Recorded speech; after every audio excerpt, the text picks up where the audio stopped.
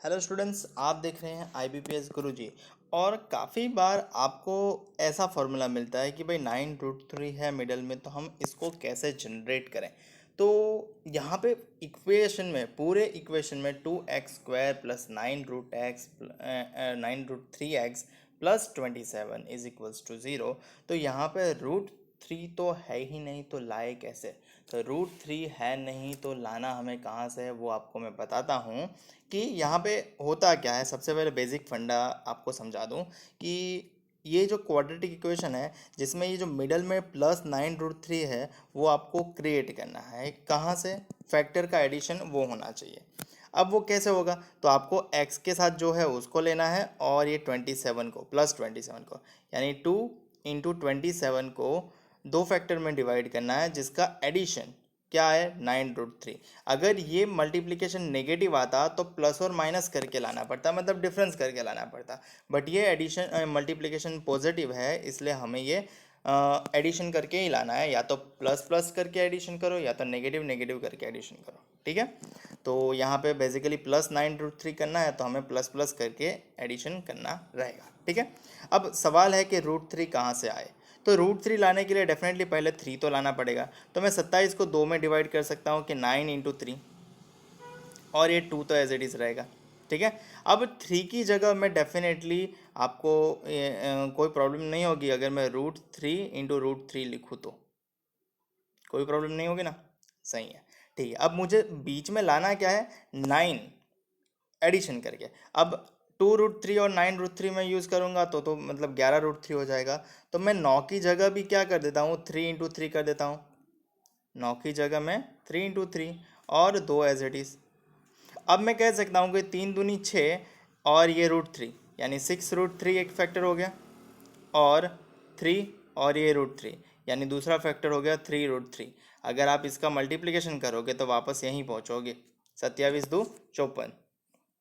तो 6 × 3 = 13, सॉरी 6 × 3 = 18 होता है, और √3 का हो जाएगा 3, और 18 × 3 = 54 ही आ जाता है। ठीक है। तो हमें ये मिल गया 6√3 और √3 ये दो फैक्टर मिल गए। अब फैक्टर मिल गए तो आप आसानी से इसे सॉल्व कर सकते हो। मैं सबसे पहले आपको ट्रेडिशनल मेथड दिखाता हूँ आज। ठीक है। क्या करेंगे? 2x², यार ये मार्कर का बिगड़ना मुश्किल है आजकल। 2x²। ठीक है।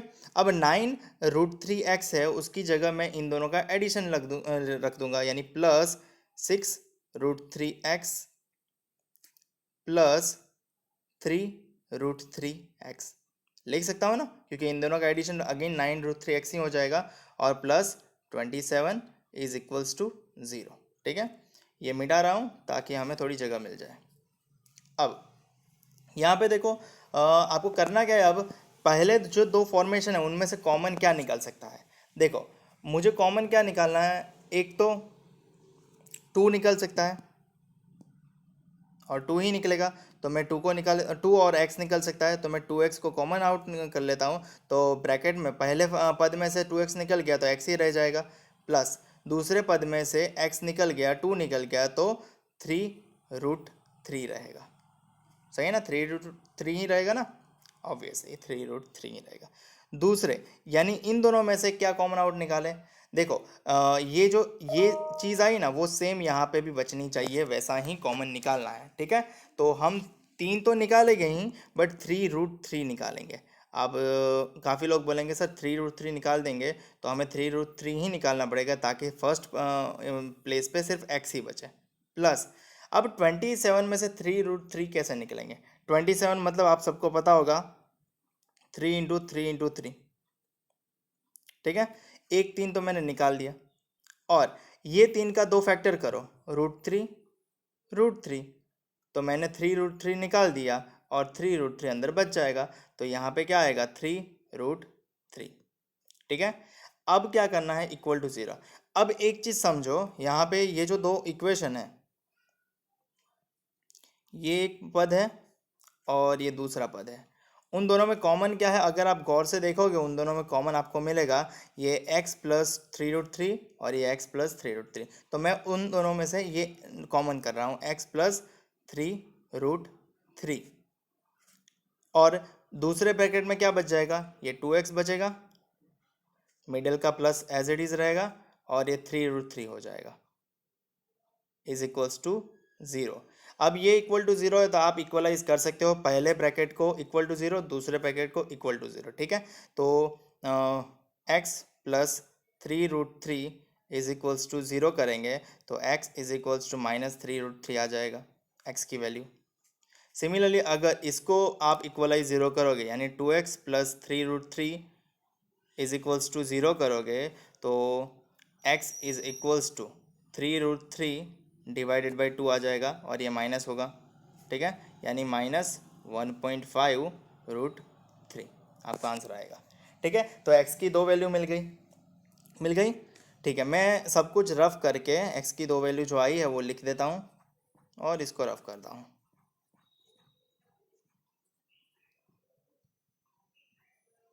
ठीक है, तो x की दो वैल्यू क्या आई। शॉर्टकट मेथड देखना चाहते हो तो शॉर्टकट मेथड के लिए आपको मैं बता दूं, तो ये फैक्टर तो जैसे निकालते हैं वैसे ही करना है। तो आपको फैक्टर मिल गए थे, एक तो कौन सा था 6√3 और एक कौन सा था 3√3, ठीक है, दो फैक्टर मिले थे। अब आपको जो दो फैक्टर मिला है ना, फैक्टर वही यूज़ करना है, 6√3 और 3√3, ठीक है। अब x के साथ जो चल है उसको डिवाइड, उससे इन दोनों को डिवाइड कर देना है, 2, ठीक है। और +9√3x जनरेट करना था, तो हम +6√3 करते हैं और +3√3 करते हैं, ठीक है। तो दोनों को प्लस साइन मिलता है, तो प्लस साइन मिलने के बाद आप इन साइन को रिवर्स कर देना है। लॉजिकली जो साइन है उसको रिवर्स करना है, मतलब प्लस की जगह दोनों फैक्टर कैसे हो जाएंगे, माइनस, क्योंकि अंत में क्या होता है वो इक्वल टू के सामने जाते हैं, इसलिए उन दोनों के साइन, उन सब के साइन बदल जाते हैं। और इसको सॉल्व करते हैं, आपको ये आंसर मिल जाता है। 6√3 डिवाइडेड बाई 2 करेंगे तो 2√3 हो जाएगा, सॉरी 3√3 हो जाएगा, जो हमारा पहला फैक्टर है। तो हम इसको 3√3 बना देंगे।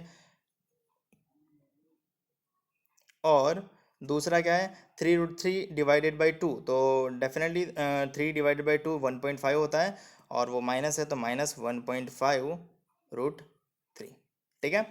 सेम पैटर्न से हम इनका ये दूसरे वाले का करेंगे सॉल्यूशन। ये मैं रफ कर लेता हूँ और फैक्टराइजेशन करते हैं। पहले तो y के साथ जो है उसका लेना है, y के साथ कितना है 5 इंटू ये 192, 192 पॉजिटिव है तो हम पॉजिटिव ही रखेंगे, और दोनों का मल्टीप्लिकेशन पॉजिटिव आएगा, मतलब हमें या तो प्लस प्लस साइन यूज़ करना है यानी एडिशन ही करना है, या तो माइनस माइनस साइन यानी एडिशन ही करना है, और मिडल वाला जनरेट करना है। मिडल वाला प्लस है यानी कि नेगेटिव की ज़रूरत नहीं है, हम प्लस प्लस साइन का ही यूज़ करेंगे, ठीक है। और 36√3 आएंगे। √3 लाने के लिए हमें सबसे पहले 3 की ज़रूरत होगी, तो मैं क्या करता हूँ 5 तो एज इट इज़ रखता हूँ, और 192 को 3 से डिवाइड करता हूँ।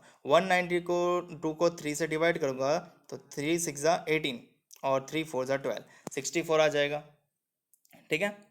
अब 64 आ गया, अब मुझे क्या करना है, 3 की जगह तो मैं क्या कर दूंगा, √3 लिखूंगा, यानी ये 3 तो हट जाएगा, इंटू 64 इंटू √3 इंटू √3, ठीक है। तो √3 मुझे चाहिए तो मैंने वो कर लिया। अब मुझे एडिशन करके 36 आए ऐसा कुछ करना है, ठीक है। 64 यानी 8 8 ज़ा, तो 8 5 ज़ा 40, 64 की जगह मैं 8 8 ज़ा लिख सकता हूँ ना, 8 × 8, तो मैं 8 × 8 लिख रहा हूँ, 8 × 8। अब मैं 5 × 8 करूँ तो 40 हो जाता है, और +8 करूँगा तो 48 हो जाएगा, तो हमें उतना तो नहीं चाहिए, तो मैं एक और 8 को और डिस्ट्रीब्यूट करता हूँ, ठीक है। तो ये 5, एक 8 एज इट इज़ रख देता हूँ, और एक 8 को 4 × 2 कर लेता हूँ, ठीक है। तो कितना आएगा, 8 दूनी 16 और 5 चौक 20, 20 और 16, 5 चौक 20, और ये √3 एक उसको दे देता हूँ 20√3, और ये 8 दूनी 16 और ये √3 एक उसको देता हूँ। तो मुझे क्या मिल जाएगा, 20 + 16 यानी 36 हो जाएगा, और √3 36√3y आ जाएगा, ठीक है। तो मेरे दो फैक्टर क्या आएंगे, 20√3 और 16√3, ठीक है। बट y के साथ जो चल है उससे डिवाइड भी करना रहेगा, दोनों का पोजीशन पहले प्लस सिंबल से डिनोट किया जाएगा, और वो इक्वल टू के सामने जाते हैं जैसे कि मैंने आपको बताया, तो वो क्या हो जाएंगे, दोनों नेगेटिव फैक्टर हो जाएंगे, और y के साथ जो चल है उससे डिवाइड भी करना रहेगा, तो डिवाइड हो जाएंगे, तो आपका आंसर ये आ जाएगा। आंसर क्या आएगा, 5 4 ज़ा, सॉरी 5 का 4 से कटेगा, 5 4 ज़ा 20 यानी -4√3 ये पहला फैक्टर आएगा। और दूसरा फैक्टर भाग कटेगा तो नहीं, तो आपको पॉइंट में लाना पड़ेगा, 5 तिया 15 और एक बच गया यानी 5 दूनी 10, 0.2, ठीक है, √3। तो आपके दो फैक्टर मिल गए। अब आपको कंपेयर करना है। कंपेयर कैसे करोगे? सबसे पहला फैक्टर -√3 है, तो वो -4√3 से कम है या ज़्यादा है? तो डेफिनेटली नेगेटिव की में जब बातें चल रही हो तब जो कम वैल्यू है मतलब -1 बड़ा है -3 से, तो -3√3 बड़ा होगा -4√3 से। तो पहली वैल्यू के लिए तो ये ग्रेटर देन है। दूसरी वैल्यू के लिए चेक करें, -3√3 क्या -3.2√3 से बड़ा है या कम है? ऑब्वियसली -3√3 -3.2 वैल्यू में ज़्यादा है, तो मतलब ये नेगेटिव वैल्यू की वजह से 3√3 बड़ा हो जाएगा, तो ये भी ग्रेटर देन ही कहलाएगा, ठीक है। दूसरी वैल्यू का कंपैरिजन करते हैं। दूसरी वैल्यू का पहले के साथ कंपैरिजन करेंगे तो -1.5√3 नेगेटिव वैल्यू है, और -1.5 डेफिनेटली -4 से भी बड़ा है और -3.2 से भी बड़ा है, तो दोनों हालत में ये ग्रेटर देन ही रहेगा। तो आप ओवरऑल ऐसा कह सकते हो कि x की वैल्यू बड़ी है y से, सो x is greater than y हमारा आंसर हो जाएगा। मुझे उम्मीद है कि आपको समझ में आ गया होगा और पता चल गया होगा। ऐसे और वीडियो देखते रहने के लिए हमारे चैनल को लाइक, कमेंट, शेयर और सब्सक्राइब कर लेना, और साथ में बेल आइकन भी प्रेस कर देना, ताकि जब भी मैं आपके लिए नया वीडियो अपलोड करूँ आपको उसका नोटिफिकेशन सीधा मिल जाए। और इंस्टाग्राम पे मैं सबसे ज़्यादा ऑनलाइन मिल जाता हूँ, तो आप मुझे वहाँ पे फॉलो करना ना भूलें, और पीडीएफ के लिए टेलीग्राम चैनल ज़रूर ज्वाइन करना। धन्यवाद, मिलते हैं अगले लेक्चर में।